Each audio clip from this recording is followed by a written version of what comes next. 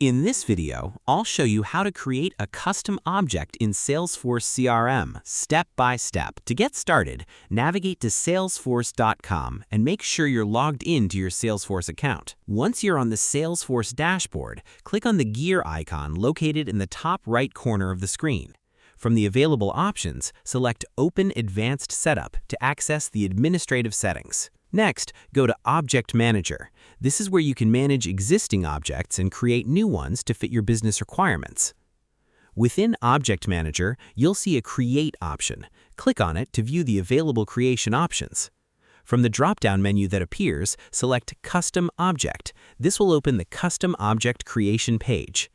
Here, enter all the required details, including the label, object name, description, and any other fields marked as required. Make sure to review the information carefully so the custom object is configured according to your needs.